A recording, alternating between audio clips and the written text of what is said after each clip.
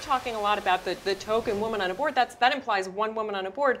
What are we going to do to move it further than that? I mean, we have to really build a pipeline here. Well, this is something that Melody Hobson, who's the president of Ariel Investments, talks about. Is if you become the woman on a board, it is your responsibility to not be the only woman on the board. And in fact, to bring someone else in. Yes, and in many cases, people say that the sort of assumptions and prejudice don't begin to go away until you've got 2 to 3 women on a board.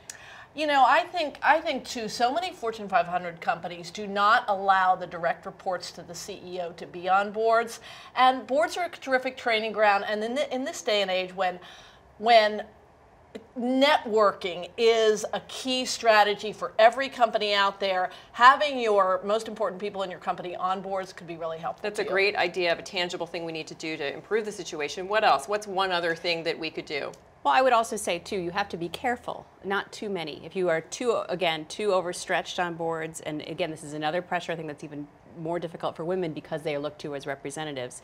If you're on too many boards, then when a crisis situation comes up, you may not be equipped to handle it, and I think you have to really pick your spots. So do you think we're going to increase from this plateau here, move beyond the teens, Patty? I mean, do you think that's going to happen soon? I don't think it's going to happen soon, and if we're really looking for help, I think we should look to England for what they've done. We're never going to be like some European countries like Norway, where they have a law that requires 40% of quotas, public boards. Which doesn't necessarily quotas. work. Yeah. Never going to happen in the U.S., but sunlight is the best solution, and in England they have put a lot of sort of public pressure on companies, making them report on their progress on diversity, and that could be effective. And I think we're starting to see that here already.